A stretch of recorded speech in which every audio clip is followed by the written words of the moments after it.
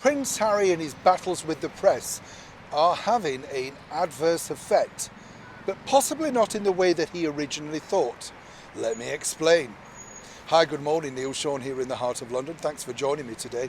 As we now know, Prince Harry once again is in litigation with a major newspaper over here, the tabloid newspaper, Associated News Limited, publishers of the Mail Online, Mail on Sunday, Daily Mail, you get the picture. This is the one, of course, that Meghan Markle had that sort of hollow victory with when she won the £1 claim, and then they're paying all of her expenses, you know, that sort of stuff. But it's interesting because, as we often say here on the show, part of the popularity for the British monarchy is based on favourable press coverage, whether that be not just press coverage per se as such, but, you know, online in magazines, that sort of stuff. Now, there are dedicated magazines to the royalty, but there are also just daily tabloids, as there are all over the world.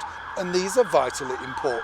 Bigger problem now for Prince Harry continually getting into litigation with the British press would say, as I've told you before, that it's going to be difficult for him moving forward to try and push his brand, you know, the things that he now needs to sell, the book, the podcast, that sort of stuff. And let's not forget also with the tabloid newspapers, they can make or break you. They can decide exactly what stories they want to print and, more importantly, put a twist on it so that the reader might dislike you in a little bit more way, or, you know, they get the wrong picture, that sort of stuff.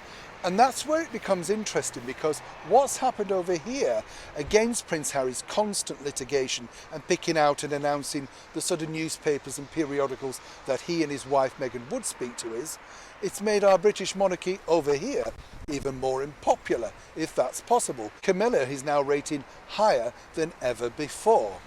As is, of course, Catherine, Duchess of Cambridge, sometime known around the world as Kate Middleton. Even Prince Charles, who always has a bit of a battle with the media, is doing incredibly well. Naturally, the number one gal herself, the Queen, always does well with favourable newspaper coverage. But seemingly, you see, because Prince Harry's now decided to attack the media constantly, basically they're looking and saying, okay, if you don't want this positive headline, and just imagine if Harry and Meghan have used all of this energy in a positive way, the sort of press, the sort of exposure, and of course the sort of success they could have looked forward to worldwide would have been immense.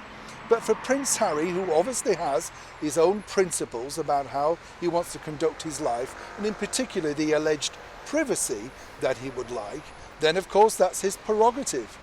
But it does appear that each time he personally attacks the British media over here in the UK, that only does even more for our British monarchy, who are remaining here doing absolutely sterling work. For Prince Harry and his team, I would offer this advice. Really truly think about what you're doing and if it's worth the battles, and more importantly, the very costly lawyers attached to those battles. Neil Sean in the very heart of London.